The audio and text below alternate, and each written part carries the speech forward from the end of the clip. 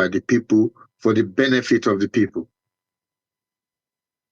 But over the period of 46 years that the British were in charge, the British conditioned us Yoruba to accept that power was owned and exercised not for the benefit of the people, but for the benefit of the Queen, their monarch, and our officials.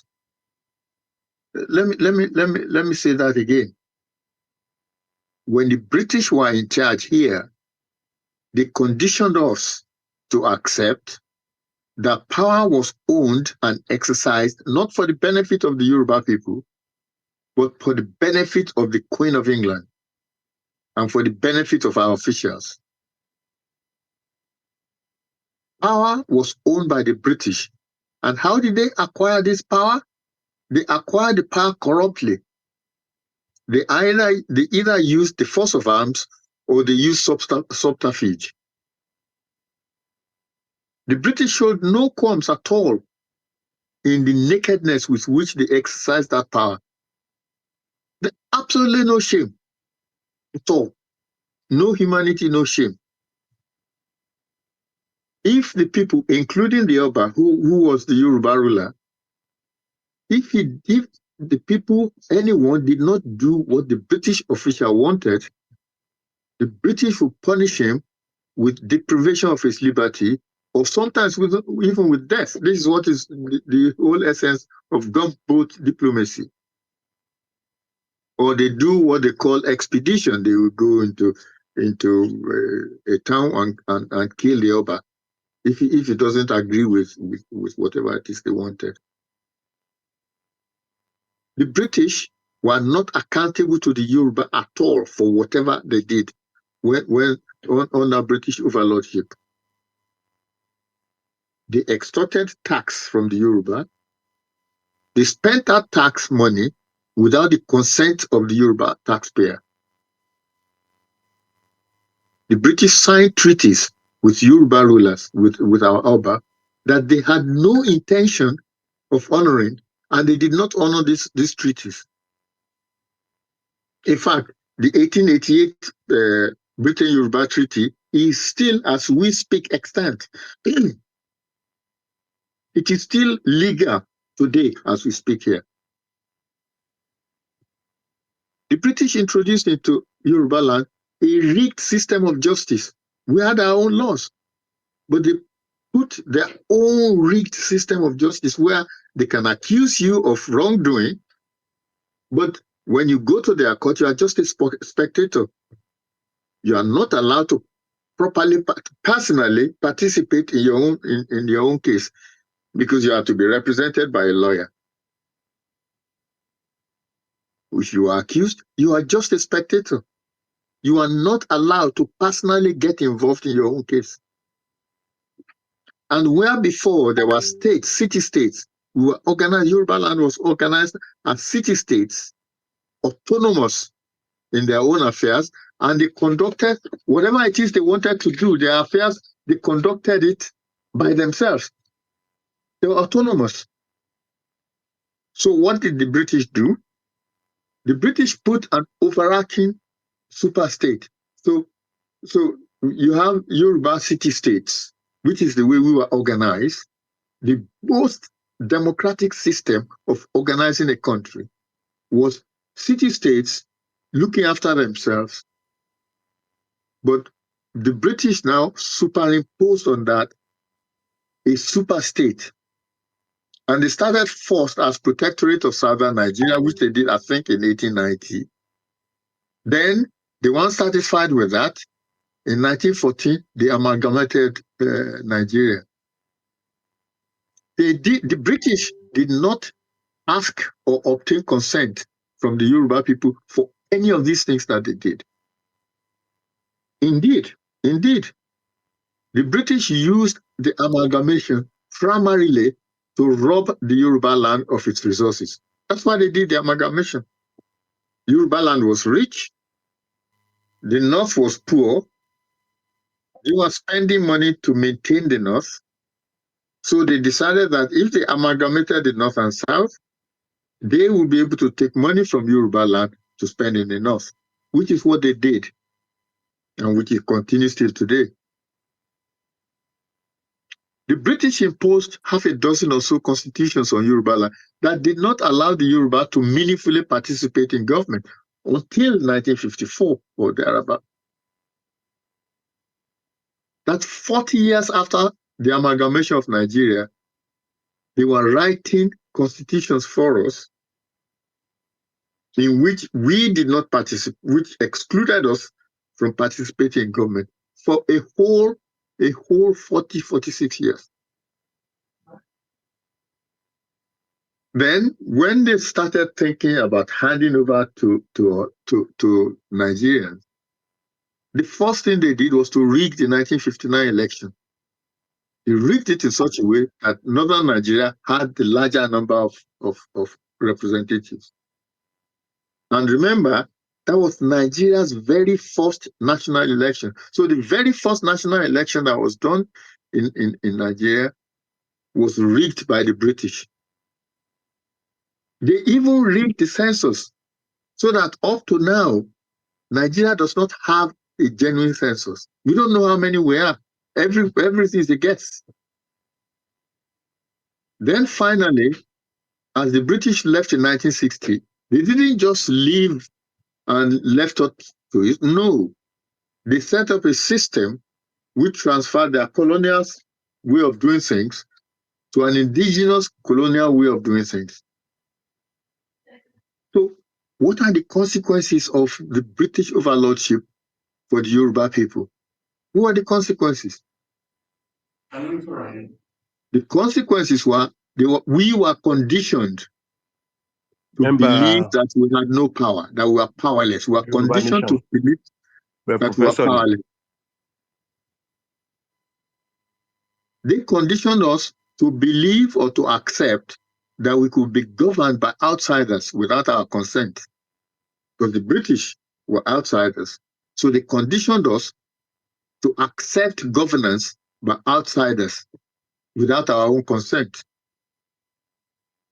They conditioned us to believe or to accept that our lives could be determined by outsiders and that there was nothing we could do about it. So outsiders will determine the way we live, and we couldn't do anything about it.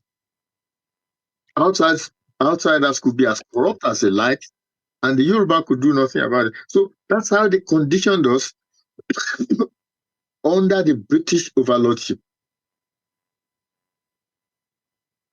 The second potential cause of our being docile is the Nigerian overlordship. So the British finished their overlordship, they handed it over to Nigerian overlordship. Now, from 1954, when we had self-government, the Yoruba had a lot of optimism. Really, the place was buzzing, everybody was happy. Because although the British overlordship was still there, the insiders, the Yoruba people themselves, were effectively in charge.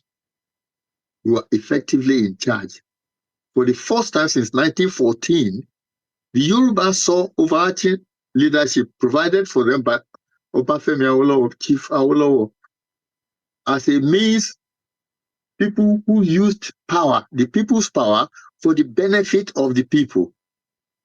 And I remember the slogan for the 1959 election: life more abundant. In 1954, thereabouts, when we got self-government, life was really more abundant. Because then Awolowo and co could think about the future for the Yoruba people. Free education, free health for children. The television service, which actually was brought into place to educate the public. The television service was not for fun as it is now. The aim was to educate the public. So you had free education for your children, and then you had the television service and the WNBS, WNTV in those days to educate the masses because they believed in education and education. And then, of course, the economic system was buoyant. So during the time of self uh, uh, government, where the Yorubas looked after themselves, we prospered. We were not docile. We were not apathetic. We were moving forward. We were doing things for ourselves. Then came independence and the emergence of the Nigerian overlordship. That was it. That was the end of all our optimism. Because now outsiders determine the fate of the Yoruba. During self-government, before self-government, during the colonial period, before self-government, outsiders determine the fate of the Yoruba.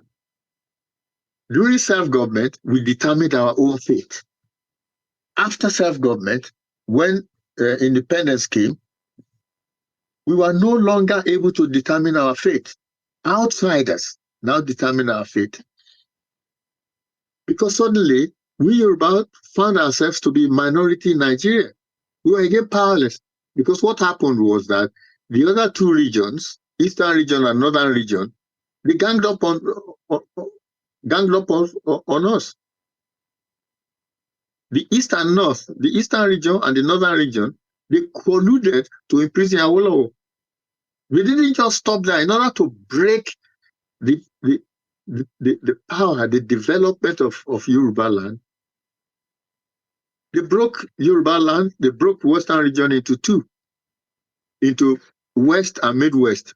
The Midwest at that time was economically not viable, but they still created the Midwest. And then came 1966. That was when the outsiders totally took control, completely.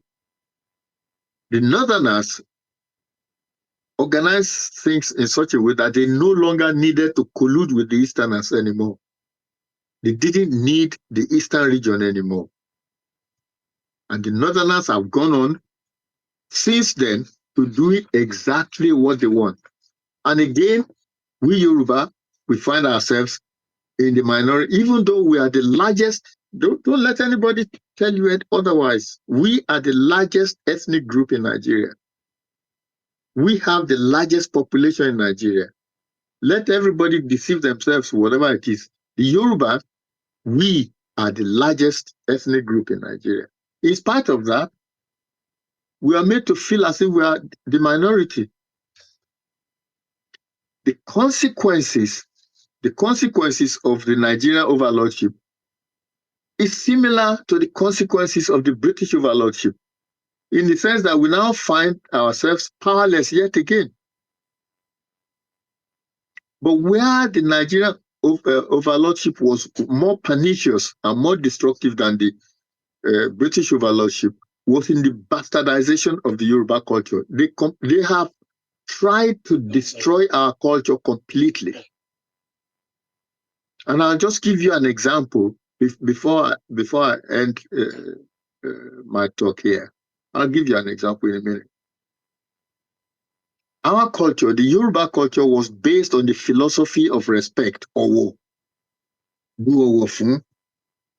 Respect. That's the basis of Yoruba culture. The philosophy behind Omoluabi is respect, owo. We were taught from childhood to give respect to elders, to give respect to the competent. It's almost intuitive. Because of my white beard, when I go to Nigeria, when people see me, automatically you are called Baba. That is giving respect, according respect. The person you are respecting does not ask you for it. It doesn't demand it of you. You respect him. You respect your father. If you're an apprentice, you respect your master. You respect the Babalawo because he's a specialist in his own field. You respect the Bashegun because he's a specialist in his own field. So you respect age and you also respect competence. But what the Nigerian overlordship did was to replace respect with deference. Deference in Yoruba is iforibale. People who don't know what deference means. It's iforibale. Deference is totally different from respect. Respect is given. Nobody demands it. Deference is demanded. Nobody gives it. You don't give it voluntarily. It is demanded. And I'll give you an example. When Obasanjo at a meeting demanded that all the Obas present should stand up for him, he wasn't asking for respect, he was asking for deference. Obasanjo, just like the colonial officers of the past, perceived himself to be above the Oba. That's why he asked them to stand up for him. It wasn't a question of respect, because respect is given. They will give you respect if he deserved respect. But what he was asking for was deference. Iforibale, eforibale for me. That's what he was asking. Another example is the junior staff who the oga, the boss says, take my wife shopping in the official car, or take my children to school